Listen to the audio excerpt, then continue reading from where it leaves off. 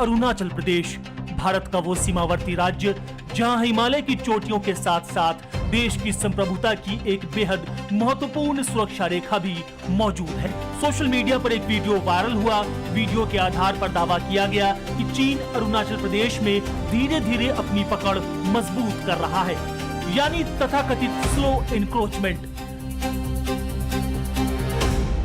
लेकिन भारत सरकार ने इस दावे को साफ तौर पर खारिज किया है। सरकारी सूत्रों के हवाले से आई ताजा रिपोर्ट के मुताबिक अरुणाचल प्रदेश में चीन की ओर से कोई स्लो एनक्रोचमेंट नहीं हो रहा है और सोशल मीडिया पर किए जा रहे ऐसे दावे बेबुनियाद हैं। भारत का आधिकारिक रुख बिल्कुल स्पष्ट है।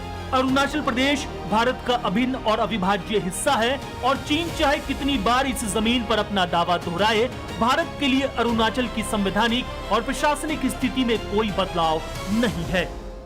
अरुणाचल प्रदेश भारत का एक अभिन्न और अविभाज्य हिस्सा है और यह एक प्रकार से एक स्वयं सिद्ध तथ्य भी है और कोई भी चीज इस निर्विवाद वास्तविकता को बदल नहीं सकता। चीन लंबे समय से अरुणाचल प्रदेश के बड़े हिस्से को दक्षिणी तिब्बत बताकर अपना दावा करता है, लेकिन भारत ने हमेशा इस दावे को सिरे से खारिज किया है। इस विवाद की जड़ें आज की नहीं है। 1959 में लॉन्गजू के इलाके में भारत और चीन की सेनाओं के बीच गंभीर टकराव हुआ था। उस वक्त वहां असम राइफल्स की एक पोस्ट मौजूद थी। चीनी सैनिकों के हमले के बाद भारतीय पोस्ट को पीछे हटना पड़ा। लॉन्गजू को लेकर घटनाक्रम के बाद यह इलाका भारत चीन सीमा विवाद के सबसे संवेदनशील हिस्से में गिना जाने लगा। फिर आया 1962 भारत चीन युद्ध। पूर्वी सेक्टर में चीनी सेना ने बड़े पैमाने पर सैन्य अभियान चलाया। कामेंग से लेकर सुबनसिरी, सियांग, सियोम और लोहित घाटियों तक युद्ध का असर पहुंचा। लेकिन युद्ध के बाद चीनी सेना अरुणाचल के बड़े हिस्से से पीछे हट गई और आज भी वास्तविक नियंत्रण रेखा के दोनों तरफ भारत और चीन की सैन्य तैनाती और गश्त इस इलाके की संवेदनशीलता को दिखाती है। लेकिन आज की तस्वीर 1962 जैसी नहीं है। सीमा पर भारत का इंफ्रास्ट्रक्चर तेजी से मजबूत हुआ है। सड़कें, पुल, फॉरवर्ड कनेक्टिविटी और मजबूत सर्विलांस सिस्टम तैनात किया गया है और चीनी गतिविधियों की निगरानी बढ़ाई गई है। यानी सीमा की हिफाजत सिर्फ जवानों की बंदूक से नहीं, बल्कि सड़क से लेकर सर्विलांस सिस्टम तक पूरी रणनीतिक क्षमता से हो रही है।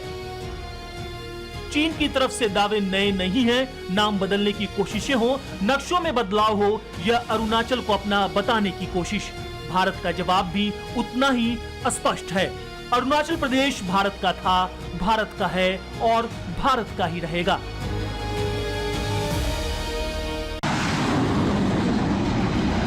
लेकिन जमीन के साथ साथ आसमान भी भारत की सुरक्षा का एक मोर्चा है और इसी मोर्चे पर अब राफेल की संख्या बढ़ाने के साथ साथ उसकी तकनीकी स्वतंत्रता भी बड़ा मुद्दा बनती दिख रही है। यही वजह है कि भारत के लिए 114 राफेल की संभावित डील सिर्फ नए लड़ाकू विमान खरीदने की कहानी नहीं है, बल्कि यह भारत के भविष्य की एयर पावर का सवाल है। दरअसल भारत के पास पहले से 36 राफेल हैं और अब भारतीय वायुसेना के लिए 114 और राफेल की खरीद की प्रक्रिया आगे बढ़ रही है।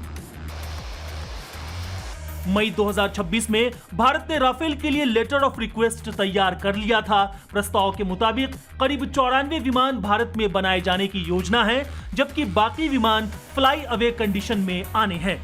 यह पूरा रक्षा सौदा लगभग 3,25,000 करोड़ का है। भारत के इस लेटर ऑफ रिक्वेस्ट के जवाब में फ्रांस की कंपनी दसॉल्ट एविएशन ने अगस्त 2026 में अपना विस्तृत टेक्निकल और कमर्शियल प्रस्ताव भारत सरकार को सौंप दिया है।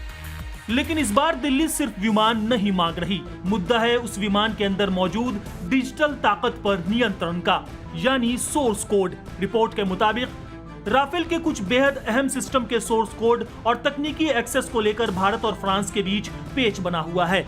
इनमें radar, spectra electronic warfare system और मिशन कंप्यूटिंग से जुड़े सिस्टम शामिल हैं।